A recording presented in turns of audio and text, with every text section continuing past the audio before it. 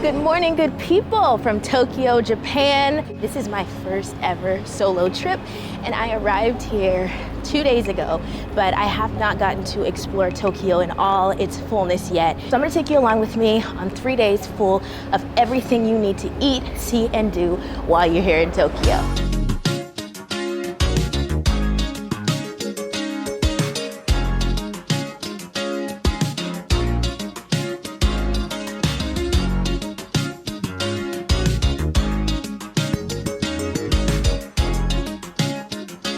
Staying in Ota Ward, and I took the subway to the Asakusa area. I probably didn't say that right, but that is where Sensoji Temple is, and that is my first stop of the day.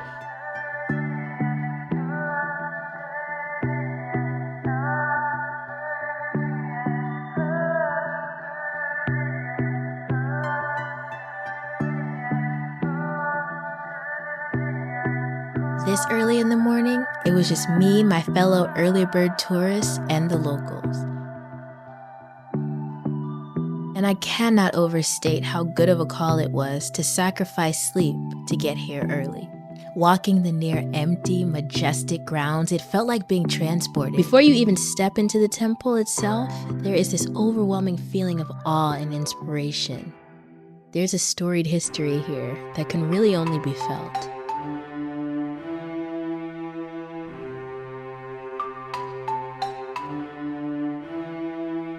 Then I got to step inside the temple, and it was like stepping into a piece of history.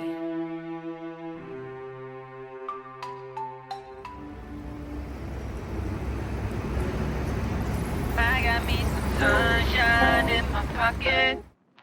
We live in that good life, ain't no stopping. If you want a good time, yeah, I got it. 'Cause I got me some sunshine, I got me some sunshine.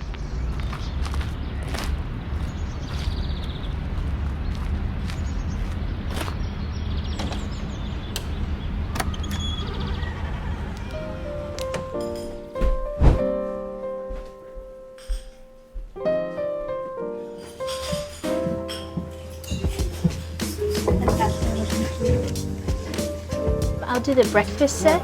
So I've stopped here at Harajuku.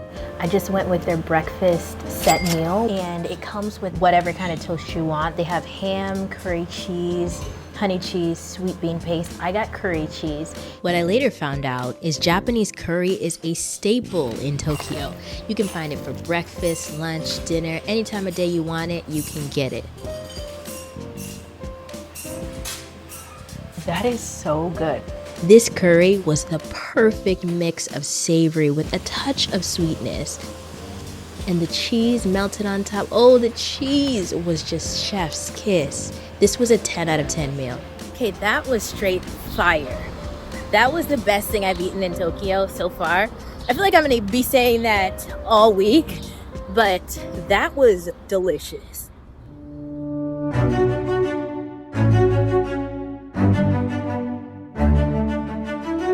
So after breakfast and a little exploring around Asakusa, I decided to head back to Sensoji and check out the now open shops along the walkway leading up to the temple.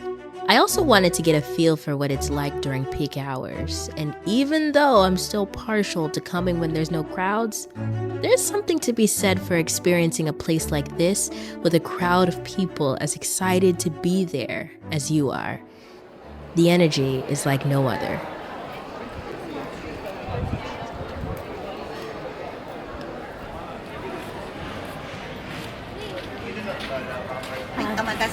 Arigato.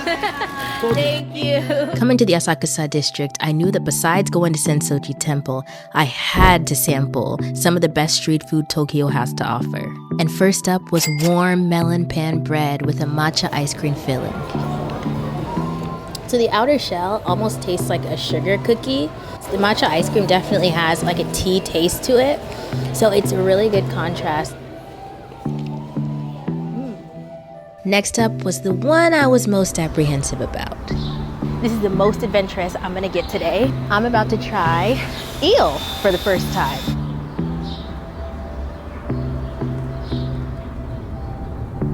So I've got my bag and I'm going to their second location where you can actually eat at. Okay, so I found a little corner to eat in. And after a pretty awkward bite and a few minutes to process what I just eaten, I realized it tastes like catfish. Huh. Who would have thought that eel would be my jam? Not this girl, but I ate every last bite. Unfortunately, I can't say the same for the last street food on my crawl. They say not everything is for everyone, and when it comes to takoyaki, I'd have to agree. The octopus bites were just a little too runny and gooey on the inside for me.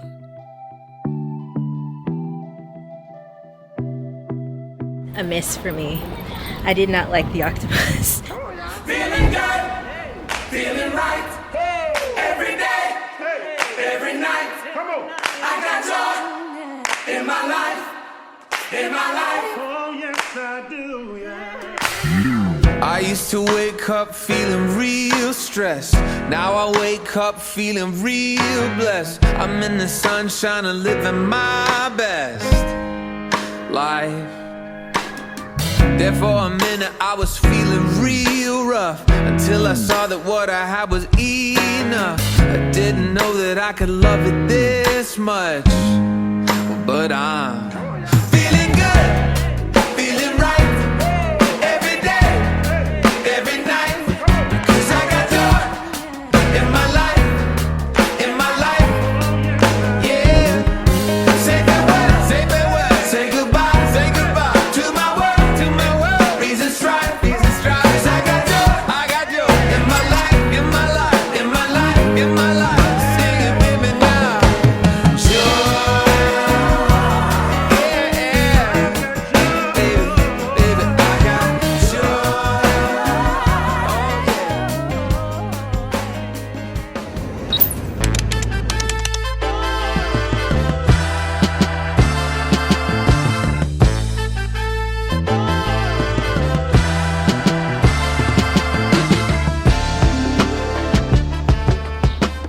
On my second day in Tokyo, I got a little bit of a late start, so the first order of business in Harajuku was lunch.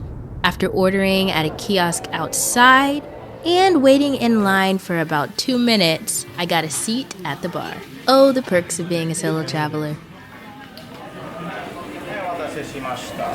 Thank you. Sure.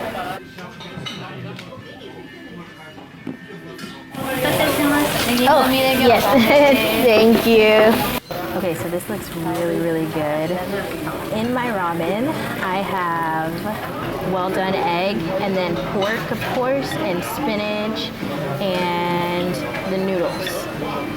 And then, oh my goodness, these dumplings look so good. They have like a white sauce on them, not sure what it is, and then there is some kind of, I think like it's a noodle or a garnish that's on top of them as well. So that looks delicious as well. But I am ready to dig in.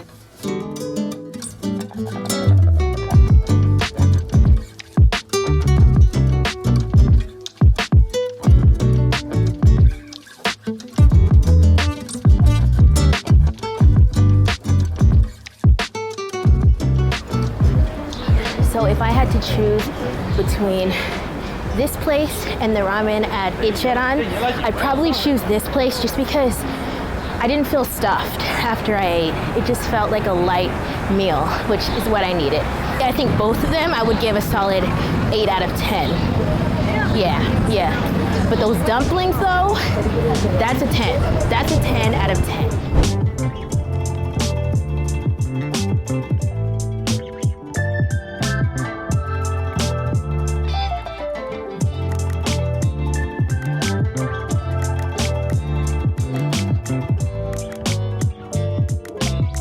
Daiso is Japan's equivalent of dollar store in the US, with most items costing 100 yen unless otherwise labeled. So I figured it'd be a great place to stop to find some trinkets for the fam. This place had everything: headphones, batteries, even corn.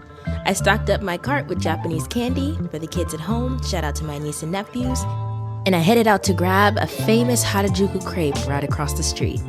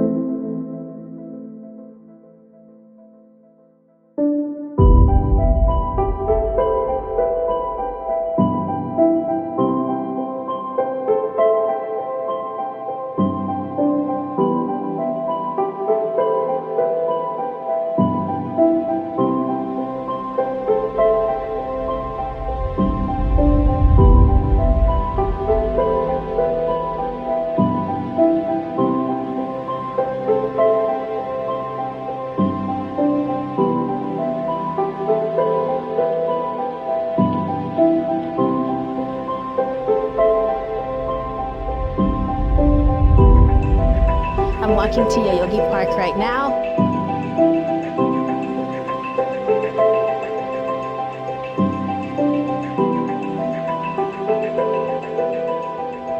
Today has been such a peaceful day, so I'm excited about tomorrow, the last day of my 3 days exploring Tokyo. 20 dogs, 20. Hallelujah.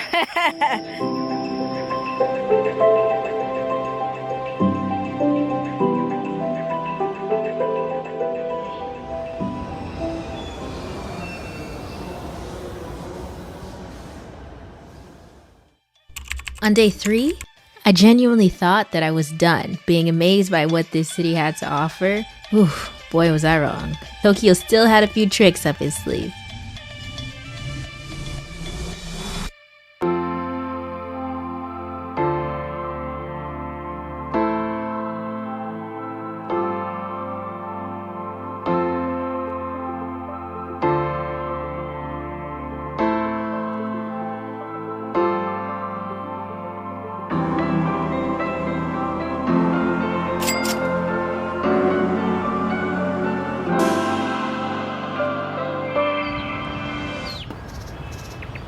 That is so good. There's also like a grape jelly in there. It's super light, super fresh tasting. Honestly, this is like the perfect morning snack. After that delicious matcha eclair, I headed to take in some culture at the Mori Art Museum, where they were showcasing an exhibit by French-American artist Louise Bourgeois.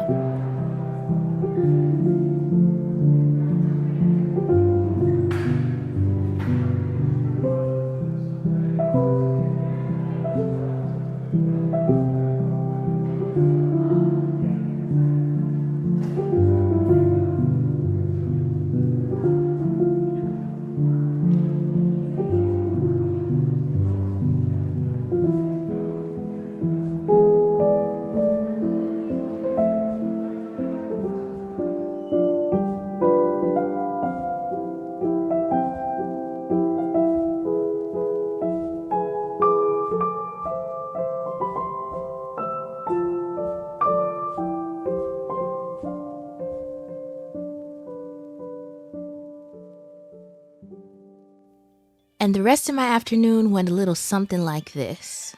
An underwhelming spicy yam chicken lunch in a nondescript restaurant that didn't really hit the spot. A stopover at Lawson's convenience store. For my first onigiri, I got chicken.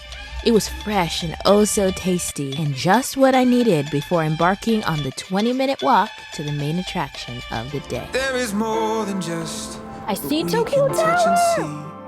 When you came around, I heard the sound of angels My gosh. singing. It's so cool, way cooler than even it looks from afar. For the very first time, I believe I can fly. Head to toe, I'm electrified. I can feel it.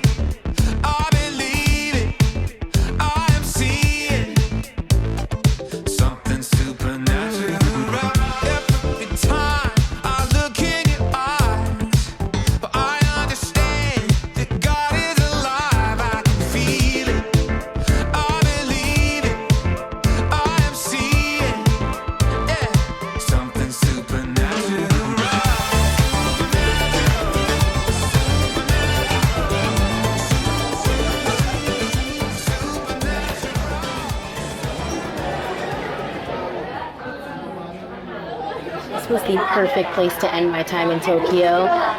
Being up here, it's like you can see Tokyo in all its fullness. It's such a beautiful, beautiful city with just so many different aspects to it. You got the water and the skyscrapers and all of the temples. As far as infrastructure, it really is such a diverse place, and you can see all of like the ancient culture that's been preserved. This is a culture that fights with all their might to preserve their history. It's really amazing.